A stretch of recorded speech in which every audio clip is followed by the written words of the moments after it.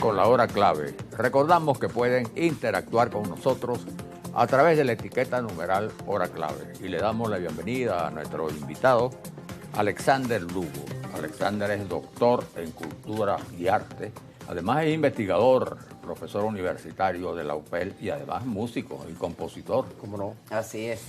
Bueno, nosotros hoy estamos con este tema que es tan grato para los venezolanos, que es la declaratoria por la UNESCO del joropo, que es nuestro baile nacional como patrimonio cultural inmaterial de la humanidad. O patrimonio inmaterial, mejor dicho. Ahora, vamos a hablar un poco del joropo, porque todo el mundo escucha joropo y sabe lo que es. Probablemente casi todos los venezolanos lo sabemos bailar. Ahora, realmente, ¿cuál es digamos, cuáles son las influencias que tiene el joropo? Bueno, primero que yo diría es que tendríamos que hablar del joropo como un término en plural. Tendríamos que decir joropos o los joropos. Sí, porque hay variaciones dependiendo de las regiones. Hay variedades, ¿no? Sí. No es un solo joropo. Nosotros conocemos, a nivel nacional e internacional, el llanero se ha expandido, proyectado muchísimo. Pero no es el primer joropo que según los registros que hay, importantes investigadores, por lo menos desde el año 53 en libros, pues en textos bien consultados del maestro Luis Felipe Ramón y Rivera. Luego hay un libro muy importante ya en los 90 de Rafael Salazar y otra gente que ha dedicado de verdad importantes investigaciones sobre el joropo. Se habla de que en los valles del Tuy, lo conversábamos con Manuel Felipe, se hace pues, como una fiesta. El joropo realmente es una fiesta.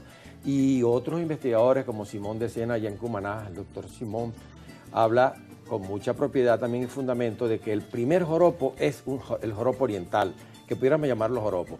Pero lo que tendríamos que decir que la palabra como tal, que tiene la etimología de la palabra joropo, que no tiene una raíz indígena de dónde viene, la escribían antes con X. Soropo aparece así incluso en unos testimonios de 1815, que es el más antiguo a través de un pleito, y se llevan presos unos personajes que estaban tocando guitarra, que seguramente era cuatro, porque no le decían cuatro, sino guitarrita, guitarra pequeña, discante, tenían diferentes nombres en 1815, y había caído la Primera República, en 1915, y estaban dando loas al libertador. Y entonces en el juicio que hay, en el registro que hay, se dice que tocaron joropos. Bueno, el joropo era un momento de encuentro, de festejo, de música, de baile, sobre todo de baile, y de comer y de beber, la fiesta. No estaba asociado a ninguna festividad religiosa. No, no estaba asociado a ninguna, como la mayoría de nuestras manifestaciones que son patrimonio, desde el 2012 para acá, que tenemos 11 manifestaciones. De pronto lo de las influencias, porque las manifestaciones culturales no aparecen de un día para otro.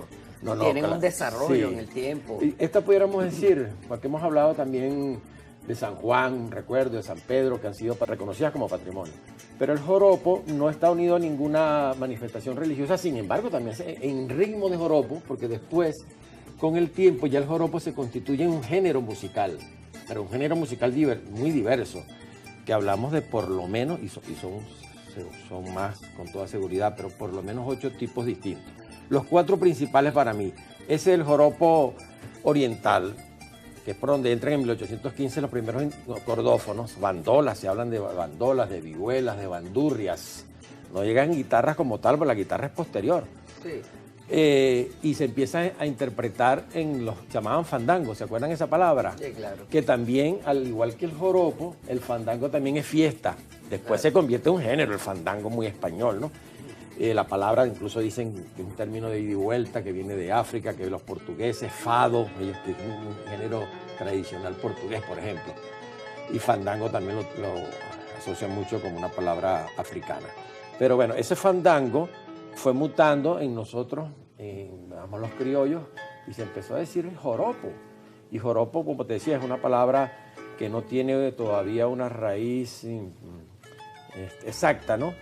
El gran autor Ángel Rosenblatt habla de joropo en Buenas y Malas Palabras, y dice con X, como lo nombraban a partir de 1815, como jolgorio, pero decía que había un joropo que era el primero, que era el oriental. El oriental como primero. El más famoso Es el joropo llanero. Sí, después el oriental, y cada uno tiene una organología, es decir, una instrumentación propia, y hay dos cosas que definen una música, que es los instrumentos con que se ejecuta y luego el repertorio. Y eso va a cambiar en los diferentes joropos, que decía que hay 4 principales que generan los otros. Este de Oriente, que es con bandola oriental de cuerdas dobles, 8 cuerdas de nylon, y bandolina, como se le dice allá a la mandolina napolitana. Sí. Bandolina o bandolín. Eso tiene un repertorio, ellos llaman golpe y estribillo. Ahorita acaba de fallecer Hernán Marín, que fue uno de los grandes exponentes del joropo oriental. Después está el joropo central o tuyero, pero que se da a todas las márgenes del río Tuy, que nace en la colonia Tovar, o sea, todas las márgenes, por eso que pasa por Aragua, pasa por todo lo que es Barlovento, y aquí en los valles del Tuy se hace un joropo, y en Caracas, ese joropo tuyero central con arpa y sin 4. Esa es la característica que es Pura arpa. Pura arpa y maraca, que dicen arpa, maraca y buche, quedó con esa expresión, porque el propio cantante ejecuta las maracas, que es como un apoyo rítmico, pero todo está en esa arpa, que es una arpa al estilo renacentista, con las primeras cuerdas de metal, los tiples. Y después, así están los registros, es que llega el llano. El arpa ya es toda de nylon, como las primeras arpas que traen los misioneros, sobre todo los jesuitas, al llano.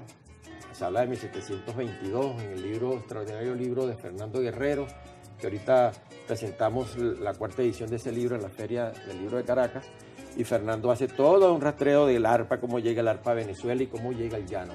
Y en el llano empieza a ver el joropo a tener otras características. Claro, porque es que con no diferentes solamente los golpes. instrumentos, sino además La el música, paso. El baile. El paso, porque por ejemplo, yo he visto mucho bailar el joropo de Guárico, que es un joropo que es diferente a los demás, porque se baila como arrastrando los pies, ¿no? Sí, más cepilladito, se llama también. cepillado. Sí, aquí que lo llaman escobilleo. Escobilleo. Pero es uno de los pasos fundamentales. El valseado, aparece en todos los tipos de joropo el valseado, porque fíjate que tiene una influencia europea. Claro. Tiene una influencia africana e indígena, pero Lógico. tiene una influencia europea. Incluso ese traje de la mujer, que después se fue, vamos a decir, un poco más glamoroso, ¿no? Ah, Al ok, estilo de Yolanda Moreno, sí, que que llaman como danza vaporoso, nacionalista. exacto. Sí, sí, pero la mujer siempre con su falda, ¿no? Exacto. Y el hombre, bueno, la manera del llanero, bueno, del campo. Pero entonces tenemos el paso del valseado, el escobilleo, donde la mujer hace el desliza, como que está limpiando el piso, escobillando, y el hombre generalmente zapatea. Y hay un paso que llaman toreado, donde da la vuelta al estilo del torero. Sí. Y algunos utilizan una pañoleta, que a veces se lo ponen aquí, eso va variando. Pero tenemos entonces ese joropo del llano, que repito, es el que se ha expandido, el que se conoce más, y que también hay una presencia importante en Colombia, en sus llanos orientales. Claro. Nuestros llanos occidentales, sobre todo límite con Apure, se hace en esa región de Pero Colombia, el llano, ¿qué hay el joropo. del Zulia y de los Andes? Ajá, fíjate, en los Andes hay un tipo de joropo que llaman joropo andino o caracoleado, y tiene unos pasos que, por ejemplo, pato bombeado, es una manera de bailarlo. Ellos son un poco más como una polca. Los andinos Así. tienen otra manera. En Zulia no se tiene registrado ningún joropo en esa parte, ni en Falcón, ¿no? Esa parte, por cierto, tú eres de allá, ¿verdad? El tambor. Felipe, más el tambor. Ya soy el Sí, tambor, ese sabroso. tambor de los beleño, negros. tambor coreano, Sí. y toda esa influencia también de estas islas, Curazao. las islas que tiene enfrente. Pero sí tenemos en Guayana, fíjate que hay la confluencia a través del río Orinoco, donde a través de ese río se comercializaba mucho el ganado con el llano.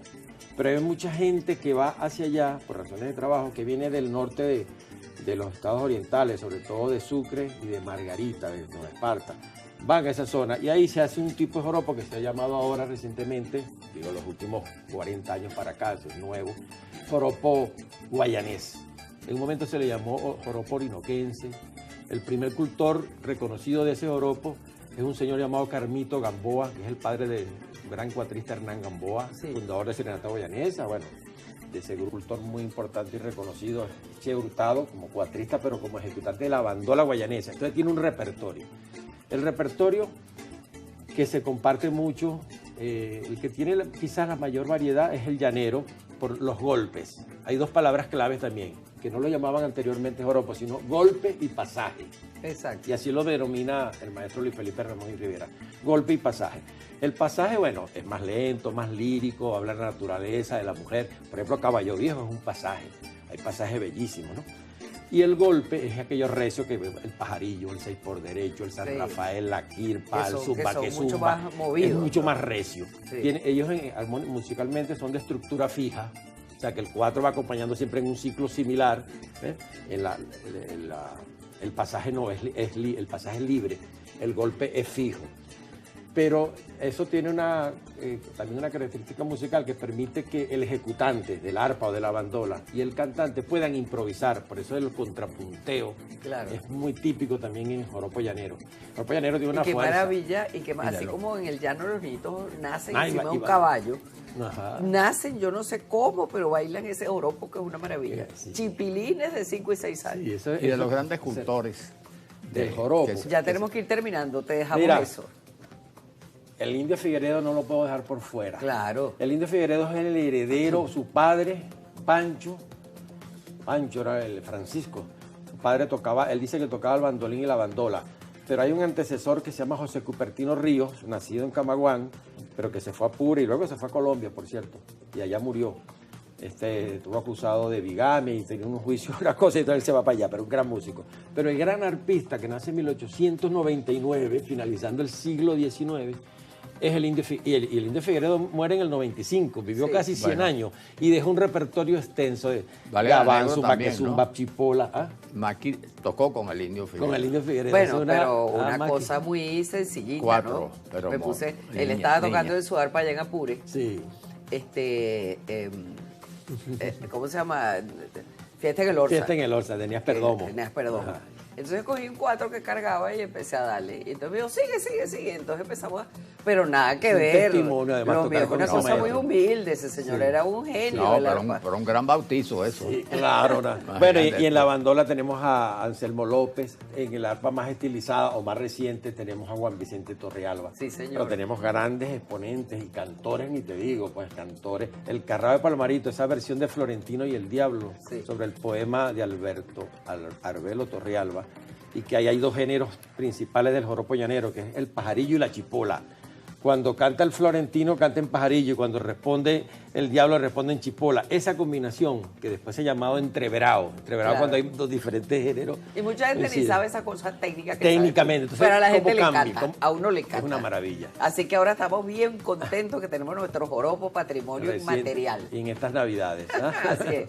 Muchas gracias. Gracias. Vamos a la pausa, ya volvemos.